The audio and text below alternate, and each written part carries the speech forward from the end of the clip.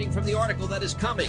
That's what at least one financial expert is saying. Charles Brown of CB3 Financial says, one of the brilliant moves that Kmart has done is to partnership with Facebook in these e-gift certificates, so you can actually... Of government mismanagement. Charles Brown is the president of CB3 Financial Group. He joins us this morning from Chicago. Significantly dropping. Basically, this is the year of the consumer. Believe that they're capable of managing anything?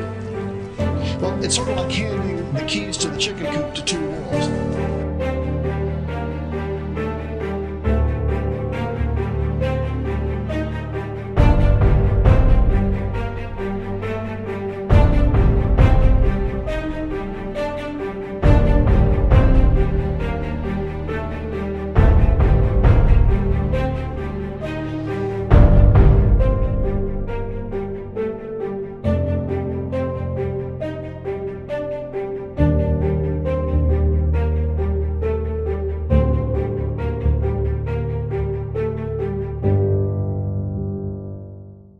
Good evening, everyone, from Chicago. It's Thursday, November 17th. I'm your host, Charles Brown, Portfolio Manager with CB3 Financial. We are so glad you've joined us, especially after my week off. It's so good to be back in the chair and bring to you what's going on from the world of COVID, the markets, and the election to clarity. This is CB3 Live. My headline tonight, New York schools shut down again and the market jitters return. Not concerned about it. I'm still very much a believer in this secular bull market. For those of you that are new tonight, please subscribe to us by going to our YouTube page, which you can get to from CB3 Financial, and just click on YouTube. And then click the little bell so that you get notifications when something happens and I may go live unexpectedly.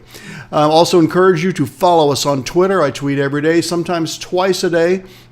And then Facebook and LinkedIn, you can also find us there. So, Corona America, what's going on, guys?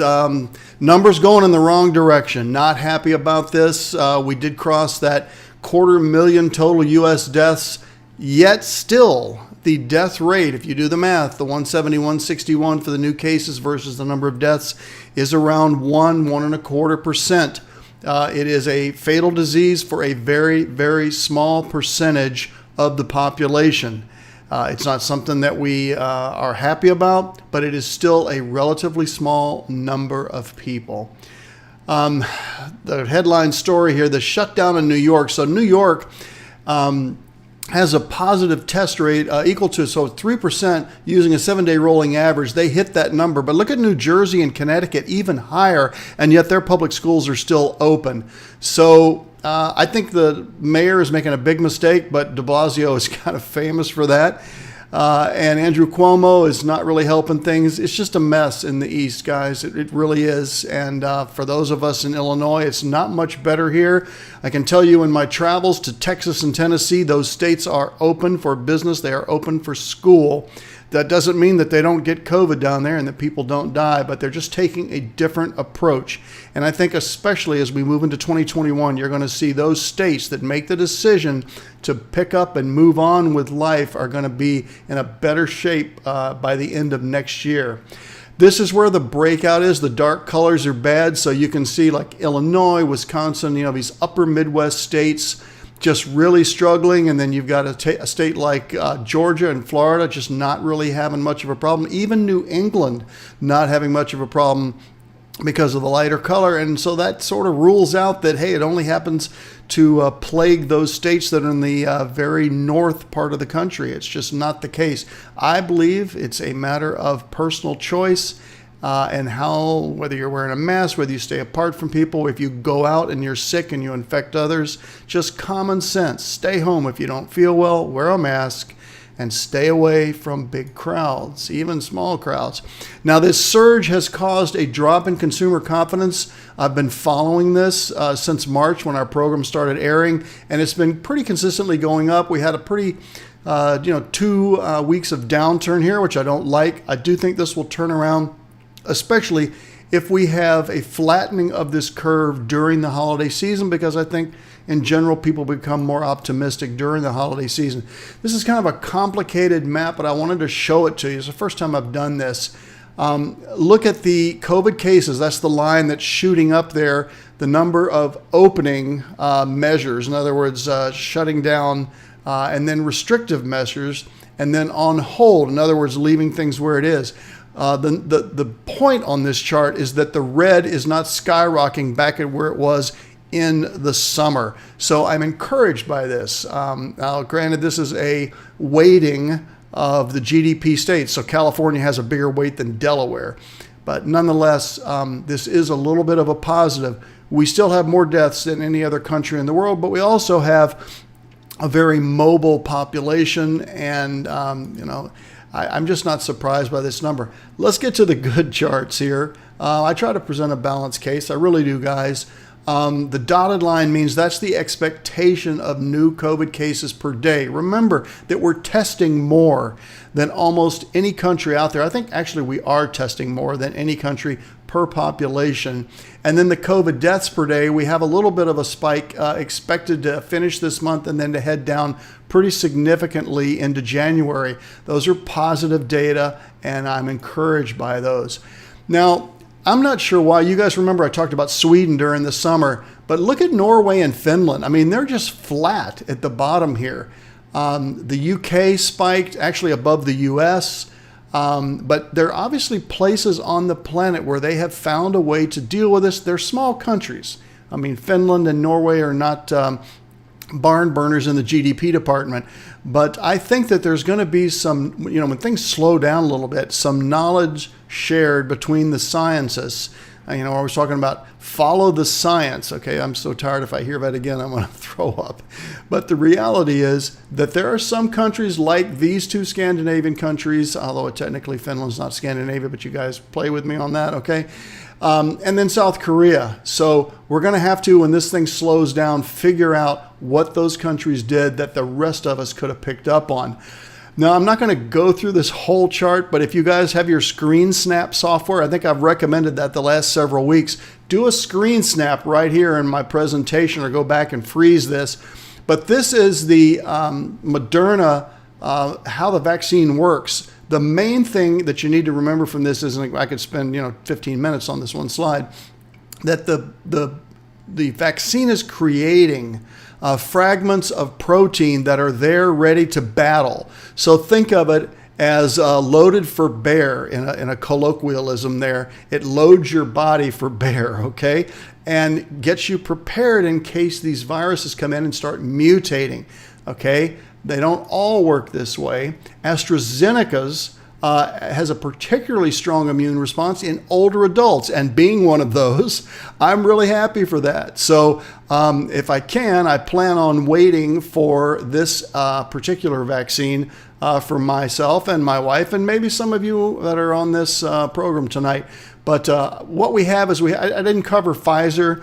I didn't cover Moderna because you guys are seeing that in the news. I mean, it's just pretty obvious. They're both claiming, actually one claimed 90, the other one claimed 95. And then the first one, I think it was Pfizer, came back, yeah, we're probably 95.5.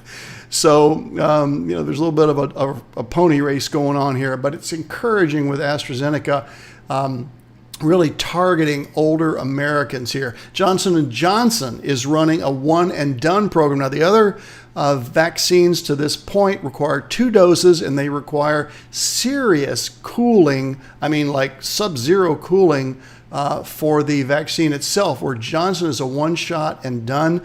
It's not there yet, but they're expecting to see this midway through 2021, and then, of course, taking that into 2022.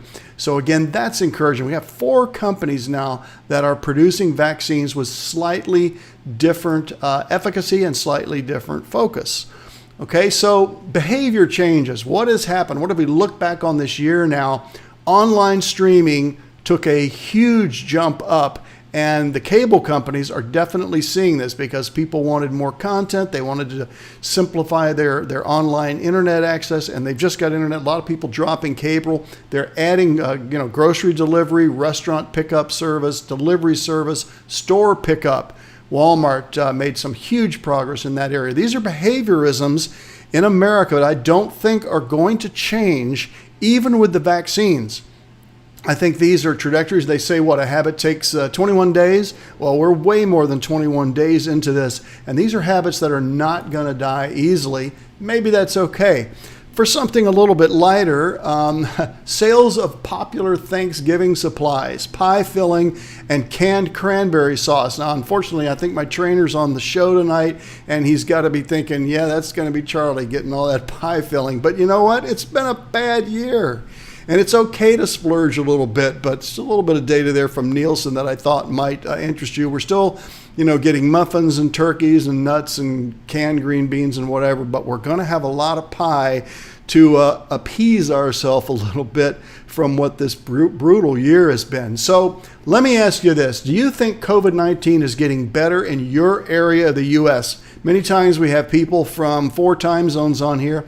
So tell me about your part of the country. Answer A, yes. And I am confident it will keep getting better. In other words, either the treatment or that the pandemic is dwindling, shrinking. Yes, but I think it's going to be slow. Answer C, no, I'm somewhat discouraged in the progress to get COVID-19 under control. No, I have little confidence is answer D.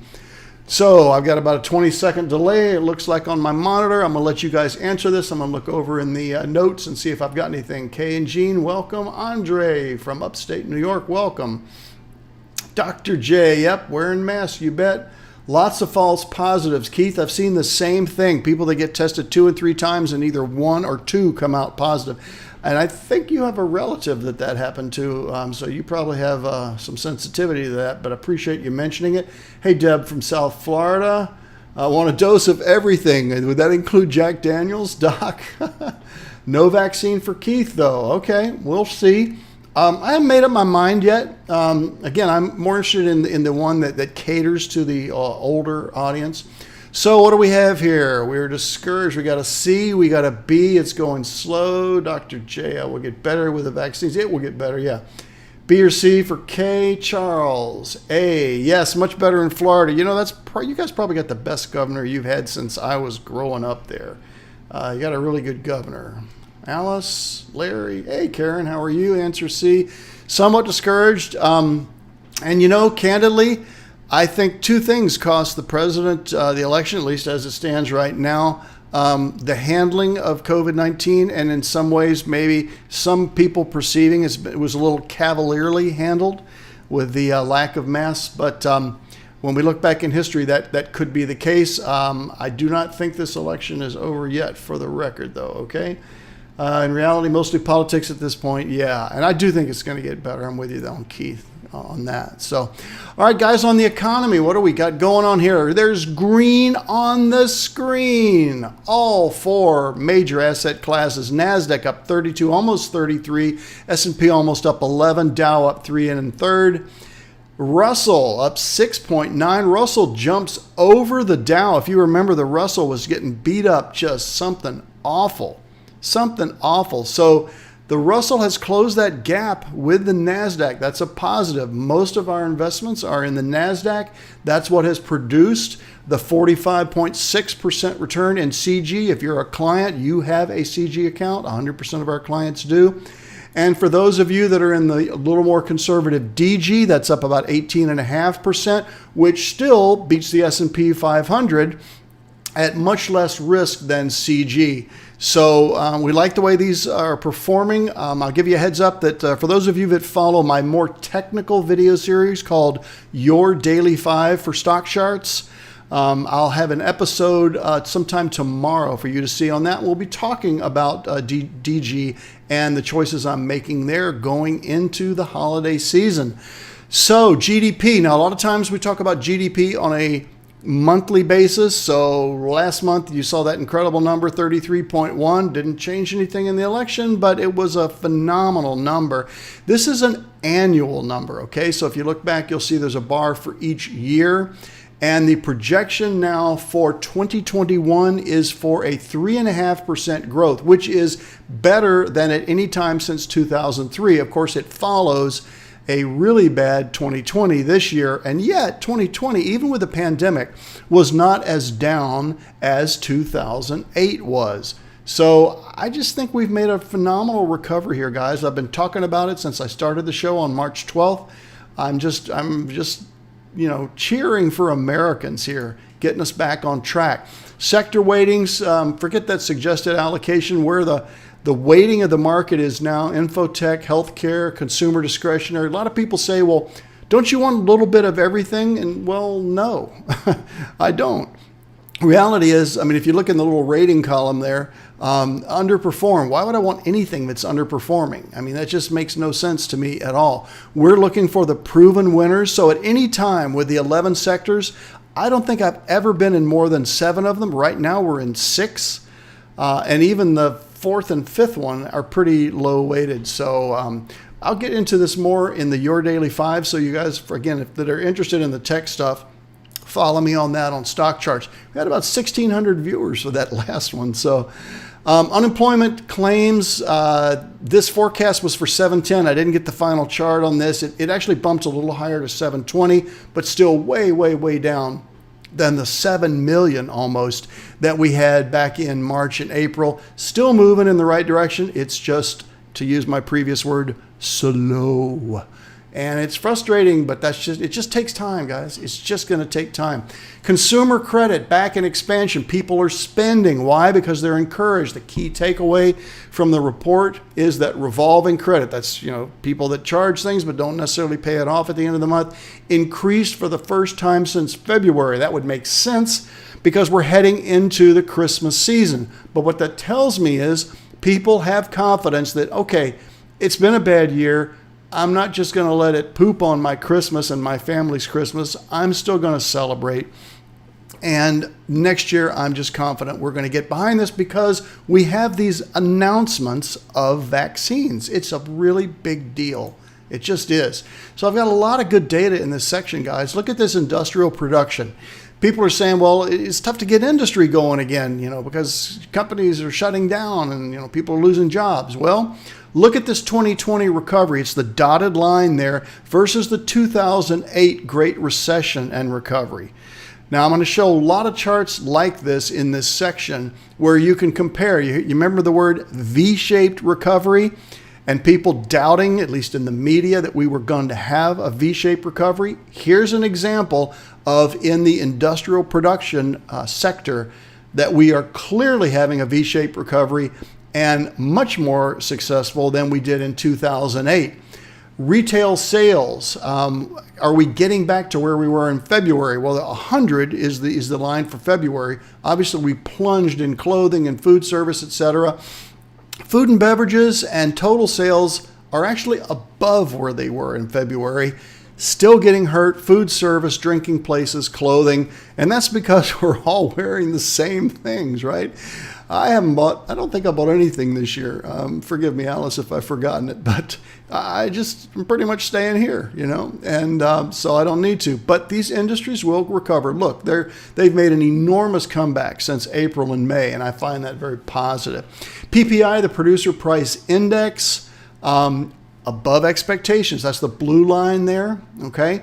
So market expectations kind of flat, but look at the little blue wedge there, moving up here, especially at the end of September into October. Again, another positive movement. I really like Tesla. I know you guys know this, and it's not like I like Elon Musk. He's kind of a strange dude. He might even be stranger than Steve Jobs. But I think he's the next Steve Jobs. Between this and SpaceX, and now the S&P 500, after 5 consecutive profitable quarters, has taken Tesla into the S&P 500, and they haven't said who they're kicking out. Obviously, it can't be the S&P 501. This is not the Big Ten in football where you have like 19 teams or something, okay? But look at the size of Tesla. It's the same size as Walmart. And Walmart's been here forever, okay? Obviously, Apple, Microsoft, Amazon, Alphabet, Google, Facebook, they're still huge. Berkshire is still there. But I tell you what, he's going to overcome Berkshire. He's going to be right there with Facebook, I think, at the end of 21 or possibly halfway through 22. It's just a great success story, and electronic vehicles are the reason why. NIO, first of all, Tesla is in our CG portfolio, full disclosure. NIO, an ADR means that it's actually a Chinese stock, and it's traded here in America. The shares are actually held by a bank, and you can trade them that way. So NIO is a Chinese electric car company that is, I wouldn't say competitive with Tesla, but certainly in the same space. Look at their return. Those of you that are in CG, of course, would be all of you that are clients, or SG. We actually have NIO in both of those, and it was about 200% just last quarter. The renewables space is just still really strong, and we like it a lot. So look at it versus the S&P. I'm not sure why I put Lazy Boy in there, but just to show another average S&P stock. Another V recovery, okay? The great lockdown, the industrial production in current versus previous cycle, previous being 2008. You could look at that green line for 2008 and say, well, that's kind of a V, but it's a really sharp V, the dotted blue line for our current 2020 lockdown and recovery. Guys, that's a great chart to show you that industrial production in the U.S. is on the way back. What about retail? So this retail control is a way to measure personal consumer expenditures. That's what they call the control group. And I just don't know what to say about this. I mean, it's going to be one of the best years in retail. And yes, I know most of it's online retail and not in-person retail. If you're a mall owner right now, if you're a real estate REIT, a real estate investment trust that owns retail space, not a good time. But the overall retail industry, just a phenomenal recovery off the low. I mean, that V is so tight, it basically says the recession was maybe 2.5 months, if that. So again, very encouraged by that. The change in employment, interestingly, self-employed people recovered more quickly than payroll people. And a lot of that is to do because companies didn't know how long it was going to take to get to this V-shaped recovery. And thus they laid off people and have had to bring them back on, whereas self-employed people can't really fire yourself. So I think this is pretty good that we're only down 2.5% in change in employment for self-employed, and even for payroll employees down 6%, considering that we are still in a pandemic, very much so in a pandemic, some arguing the third wave. And it's just not a bad chart, guys. It really isn't. Consumer Confidence Board's leading economic indicators, 6 straight month of positive readings. What's the key takeaway? That this strength is more widespread than just even the few industries that I'm showing you tonight. It's really across almost all sections. I have to say almost all sections of the economy, because if you're in the restaurant business, you're still hurting. We have clients in this space. We have a client in the airline space, and they're struggling. And yet, I recently flew, and the plane was jammed. I mean, it was just jammed. And they were looking at you. You didn't have that mask over your nose. They tossed you off the plane. But I'm encouraged by this data. Existing home sales. We're going to spend quite a few slides now talking about home sales. Why are we doing this? Because consumer discretionary spending is the biggest component of GDP. Business spending and government spending and consumer spending. Of 100%, it's about 69% that is consumer driven. And the highest ticket item for consumer spending, of course, would be homes. It's not something that you have to have. It's not a staple, but it's something that you want. The key takeaway from this number is that it reflects robust demand for existing homes. I can tell you from experience, from someone that I know, trying to buy a home in a real hot market in this country, people are making bids on homes at list price and losing them multiple times, and then offering over list price and sometimes losing that too. It is a very, very competitive real estate market, and shutting out first-time home buyers because there's so little inventory. Again, thank you to the Fed for keeping rates low. National Association of Home Builders sentiment just hit a new high in 2020. I've been showing you this number. You can see the V recovery again, right, guys? So just great data there. October housing starts. Now, these are all different components of housing. Housing starts, existing home sales, new home sales. Faster than expected, seasonally adjusted rate of 1.5 million units for October. Again, this is a year-over-year number, also a strong number. This chart blows me away. I've been showing you guys this chart all summer long. Look at 2020 just breaking out on housing starts. Now, this is all housing starts. It's single family, duplex, quad, rental buildings, etc. But this chart is the one that I think is just stellar. And this is simply one unit housing starts. Again, we were traveling in Texas and Tennessee. The cranes are everywhere, guys. They're everywhere. Now, that could be unique to those states. Candidly, I think it is for weather and low taxes. But this is not the kind of number that you typically see in a pandemic and technically in a recession. Until we get that final GDP number, we are still technically in a recession, although the preliminary data is that we have definitely exited the recession. Here's another V, single family starts. Okay, so for single family home construction, these are the starts. This is the people that are putting in building permits. Just off the chart, that blue dotted line. Look how long it took to get back to the 100 line, and then it faltered 60 months, and it didn't even get back to the 100 line. We blasted through that in 4 months. This is the data that I think is so key for me to bring to you, because we have the angst of what, whether you want to call it a second or a third wave, we have the angst of this election result that still has not been certified by the states and looks like it may be held up in the courts. We have a very different Thanksgiving. I mean, if you're in Illinois, you can have 6 people for Thanksgiving. In fact, it wouldn't surprise me if Pritzker comes out next week and says, no, we're calling off Thanksgiving. You can't do anything. And yet, look at this data. Look at this data, guys. It means that our country is headed in the right direction, even if our particular locale might not feel like it. Mortgage originations by credit score. So what this means is, you see the light blue, those are people with a 760 plus. So it still matters to have good credit. Now, at some point, I'm going to do a show next year. It's not going to be news like this, but it's just going to be a special show talking about how to get your financial credit standing in a place where it can be useful. You guys have given me feedback based on some videos I did, 5-6 months ago, and showed you those. You said, yeah, that would be helpful. So look for those special episodes next year. But having a great credit score, guys, it just means everything. It really does. And for some people, it's been easier than others this year. But with that has come just enormous burst in the real estate sector. Always in this section with this chart. So we have 472 of the 500 stocks in the S&P 500. That's almost all of them, and we're 2/3 of the way through November.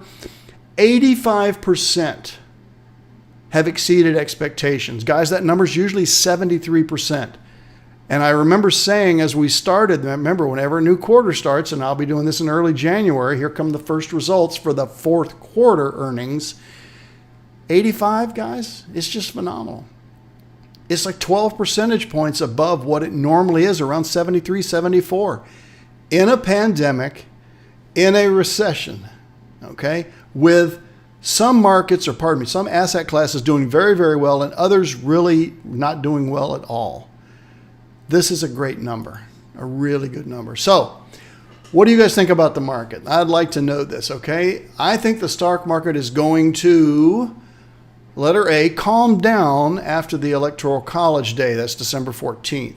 Settle down after Inauguration Day, that's January 20th.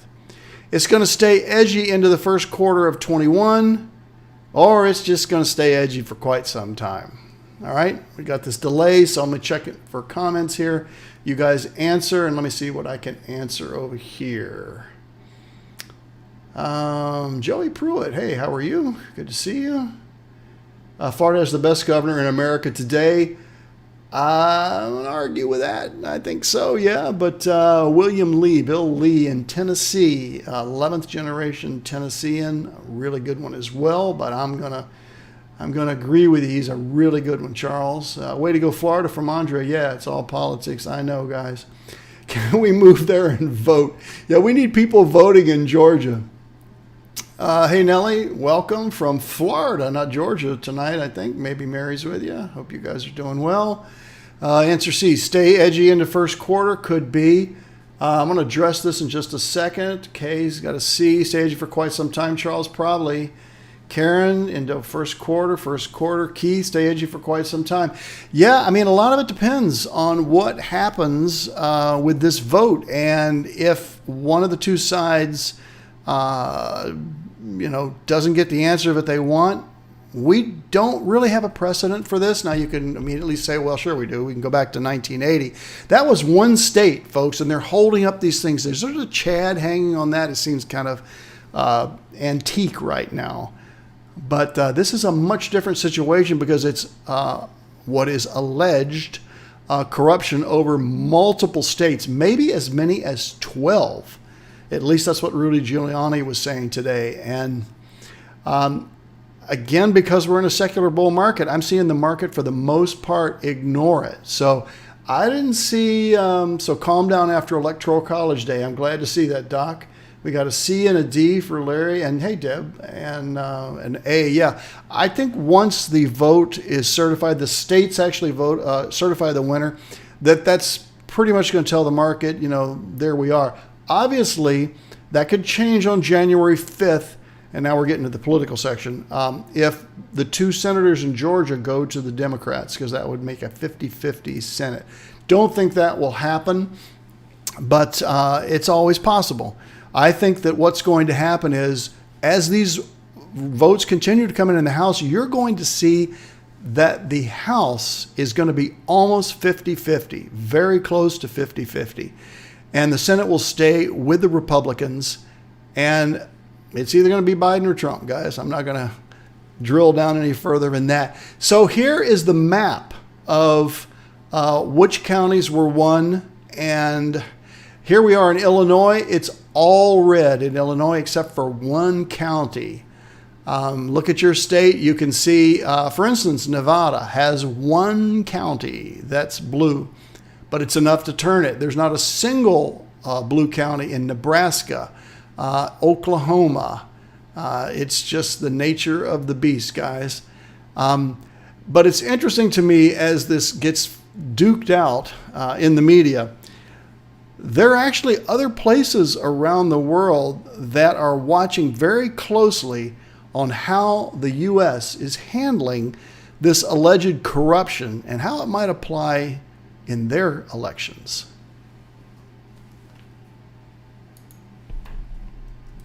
The U.S. election is taking up airtime on Russian state television as the ballots are still being counted. Главный итог выборов очевиден – это полнейшее недоверие к американской избирательной системе. Она столь архаична, столь допотопна, что назвать ее демократичной язык не поворачивается. 4 days after Election Day, the Associated Press and other media outlets declared former Vice President Joe Biden the winner. He had garnered the 270 electoral votes needed to defeat President Trump in the race for the White House. But Russia's main television networks are taking extra effort to cast doubt on Biden's victory in the eyes of its viewers. Официальных подведений итогов еще и не было. Russian state networks are using the elections as an opportunity to portray American democracy as messy. В этой катавасии уже потеряна всякая надежда на учет честного волеизъявления граждан. State media occupies an enormous role in the Russian media landscape. In terms of informing people and informing opinions, it really does play a very large role. There are three main themes shaping Russian public opinion about U.S. politics, such as election irregularities, the question about who calls the winner, and the stark preview of the new administration. Голосование же по почте допускает мухлёж. There's no apparent coordination between Russian state media and the Trump campaign. But Russian media have echoed a familiar line from the Trump campaign about election irregularities. It's amazing how those mail-in ballots are so one-sided. Подавляющее большинство из 64 миллионов голосов, отправленных почтой, чудесным образом оказалось за Байдена. There's been no evidence of widespread fraud, but the Trump campaign has turned to the courts challenging absentee and mail-in voting procedures. While the newscasts appear to support Trump and not Biden, it's ultimately signaling something else to viewers. I think that a big part of this is not really to come down on one side or the other, but to rather kind of sow doubt in people's minds about the electoral process, about the nature of democracy itself in the United States. Там, как ты видел, все каналы топят за то, что уже выиграл Байден. Russian anchors also have questions about who's calling the results in the U.S. Впервые в истории президентом США станет человек, о победе которого объявили исключительно журналисты. For over a century, U.S. presidential elections have been called by news organizations before the official results are announced. That's because it can take weeks to certify the results since each state has different rules and regulations. NBC News now projects that News organizations base their calls on near-complete vote counts by election officials in each state. Plus, the U.S. doesn't have a National Elections Commission to announce the winner. But in Russia, there's a Central Election Commission, and so to Russian viewers, the American way of calling the election is unusual. Who was it called by? Oh my goodness, all the networks. Wow! Я с ним в данном случае согласен. Biden's critical comments about Russia over the years Out of Ukraine. are repeated across different political shows. He's portrayed as someone who will not be nice or at least neutral to Russia. Biden frequently criticized Russia's foreign policy and strongly supported sanctioning Moscow for annexing Ukraine's Crimean Peninsula in 2014. Контуры новой американской геополитики понятны. Мы занимаем почетное первое место в списке врагов. The focus isn't just on Biden, but also people possibly being considered to join his administration. Недолюбливать русских, хотя иногда это похоже больше на откровенную ненависть, похоже у них в крови. That certainly does get across the idea that Joe Biden is not the favored candidate of the Kremlin, given some of the things that Biden has said about Russia. I think the biggest threat to America right now in terms of breaking up our security and our alliances is Russia. But Biden has also indicated a willingness to work with the Kremlin on the extension of an arms control treaty, something that Moscow has also shown interest in. Это уже очень серьезный элемент нашего возможного взаимодействия в будущем. Nearly 3 out of 4 Russians get their news from television, and so the message that state media broadcasts send about the future administration reaches large audiences across Russia. Я, наверное, думаю, все-таки Трамп лучше бы для России. Я думаю, Трамп бы нам ближе был бы. Beyond who sits in the White House, Russia's rolling coverage of the election has a deeper message about American democracy. Никакого отношения к демократии американские выборы не имеют. That with its constantly changing political landscape, it isn't one to be envied.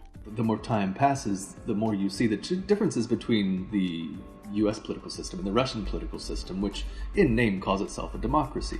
Things stay very much the same in Russia. And I think the idea that they're trying to get across here is that you have this kind of vibrant democracy, but it's flawed at its roots. And so that, in the end, kind of leaves the Russian people no alternative to imagine a Russian political system that could be anything else beyond Vladimir Putin staying in power.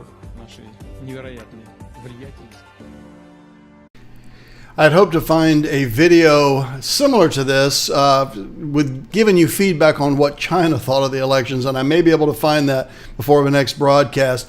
One really positive aspect of the election was the number of women that were elected to office. Now, obviously, at least according to the AP, who's called the race, we have a female vice president for the first time ever. And we have 6 women Republicans who were elected to the House of Representatives. This is interesting to me that the House of Representatives, as I said earlier, is almost even. Now, Nancy Pelosi did get reelected, and of course that was done with the current House and not the new people coming in. But this was a really striking year for the number of females elected, and I, for one, think it's great to see more of a split of the sexes in both the House and the Senate. So I've shown you this chart before. Do a screen grab on it if you can. But this just shows you on what we can expect with the Dems in the White House, GOP Senate, and Dem House. Now, the Dem House, Democratic House, pretty small majority, could be as few as 4. So if there's any defection at all, which tends to happen near the next election, which is 2022, when major issues come up that might affect local constituencies, I think that you're going to see some interesting votes in the House in the next 2 years. Obviously, less trade war, physical ultra hawkishness, because the Senate's going to stop anything other than executive orders. And the fiscal thrust will be probably not huge for GDP. I think that's the expected outcome. But if you have a screen grab program, grab this and look at the other outcomes, okay, and what could happen there. I think it's very interesting. One of the movements that's happened is that if you are aware that Twitter, Jack Dorsey, and Facebook, Mark Zuckerberg, have done some, well, let's just say policing of what's being posted on their site. They're still enjoying the freedom that they have of not being considered publishers. So if they see a post that they don't think is appropriate, they will either flag it and put a message up there. My site, for instance, now has a message that the AP has called the race for Joe Biden, which, I didn't say that they hadn't, but I guess they note that I have political commentary in addition to financial commentary. But Parler is a new social device, a new social platform. And for those of you that are conservatives, you might consider a Parler account. All the major conservative voices are on there. I think that you'll see liberal and conservative voices on there. It has pledged to be a freer site than Twitter. We'll see if that continues. But they were the #1 download over the last 2 weeks, at least in the space of political commentary. Reminding you again, this chart I've shown you before, that what happens to the Dow, if you're concerned about what's, is all lost because we have a change in presidency, no, that's not what the past historical data shows. Franklin Roosevelt had 173% gain over his time in office. Calvin Coolidge, Bill Clinton, a Democrat, Dwight Eisenhower, Republican, George Bush, Republican, Donald Trump actually comes in 6th place as far as the percent gain in the S&P 5, or actually Dow, pardon me. And so there's really nothing that says that, well, the Republicans have to be in for the market to gain. It's just not true, or the Democrats have to be in. And in fact, a political split between the House and Senate can actually be very good. Look here with a Republican Congress, we've got a 13.4 gain. Democrat Congress, I should say, 10.7, but 17.2 when it's split. Now, this is a financial show. This is not a political show. And for me, if I take the political bent out of it, which I need to do, I'm all for a 17.2 return versus 13.4. There's no guarantee. This is past performance, does not predict future performance, but it is a possible indicator that this split Congress, at least through 2022, when some Senate seats will, of course, be up, and the entire House of Representatives, again, every 2 years they reelect the entire House of Representatives, it could be positive for us as investors. If you look at the SPX performance, that's the S&P 500 after Election Day, doesn't really matter much at 3 and 6 months, but look after 4 years with a Democrat president. It is much higher than with a Republican president. Now, there are some very strong boosted periods in here. Bill Clinton was in a very bullish time. Franklin Roosevelt coming out of the Great Depression was a bullish time. Barack Obama, if you go back and look at the market from 08 through 16, pretty strong, okay? So I wouldn't get all concerned about everything's going to heck in a basket or whatever they call it. It's likely not going to happen. This is the data, all right, that shows what the case is. And if you just look back 45 years, 7.45%, the average rise in the S&P during years when one party controlled both chambers of Congress, and yet when it was split, it was 7.26. Guys, that's just almost a rounding error. It really doesn't seem to affect the market, because what we do as investors is we are looking for stocks that outperform in their industry group and surprise with earnings. That's why I show you that chart at the end of the economy section every time. Who's surprising on their earnings? Because that's where the money on Wall Street migrates to, and when Wall Street buys something, I'm buying it. I don't try to set the market. I'm not a big enough fish to do that, but I sure do follow what Wall Street likes, and I buy it for you guys.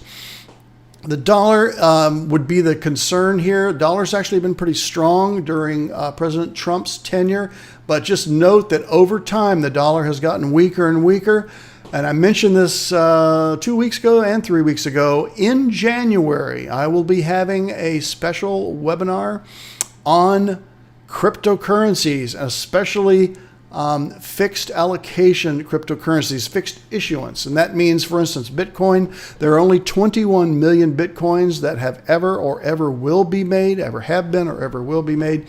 And there is some reason to believe that a future reserve currency could be a cryptocurrency simply because it has finite allocation, as opposed to dollars, Swiss kronas, or euros that can be printed at the whim of a government.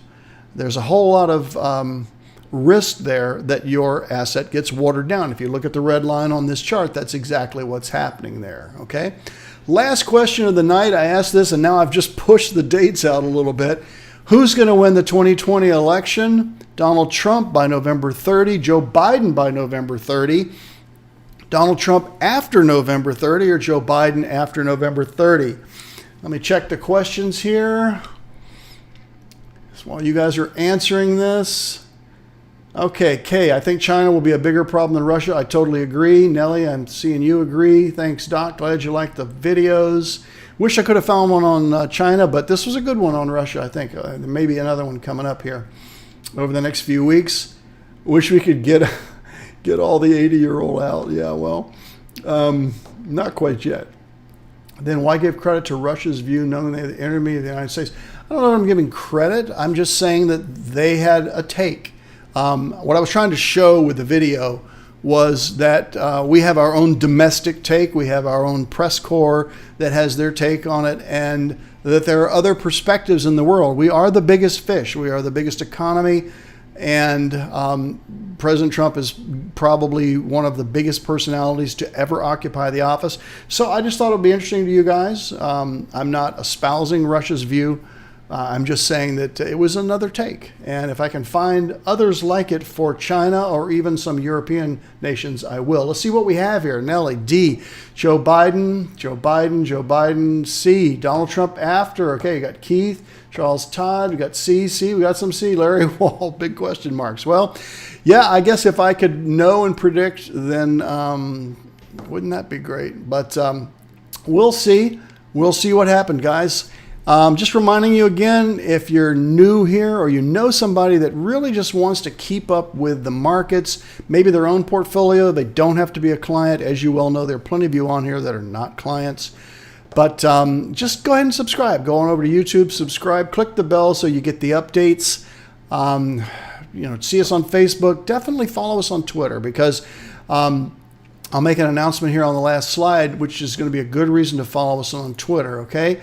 How to reach us, you guys know this information. Do a screenshot if you need to reach out and give us a call, comments, anything about the program. And I always finish with this from 2 Timothy 1:7, for we have not been given a spirit of fear, but a spirit of power, a love, and a sound mind. We're going to need that over the next 2 to 3 weeks as this final election tally and the states ratifying the election takes place. It remains my deeply held belief that we will not only survive this pandemic, but we will emerge a stronger nation. I really, really do believe that. I think you guys know that. Thanks for being here tonight. I want you to know that I'm going to take off on Thanksgiving week. So there'll be no Monday program. There'll be no Thursday program. I will be back a week from Monday, which is November 30th. We may know more by that time on the election. We'll see if anything progresses there. If not, I'm sure there'll be plenty to talk about. You guys feel free to contact me at any time if you have questions, if you're a client, about your portfolio, your financial plan. If you're just watching us to get an idea about what's going on out there, we're glad you're here. Tell your friends. We like to think that this is an honest place for people to watch what's going on in the markets with COVID, with the election, and then have content and discussions about it over here in the sidebar. So thanks for being here. From COVID to clarity, this is CB3 Live, and we'll see you next time.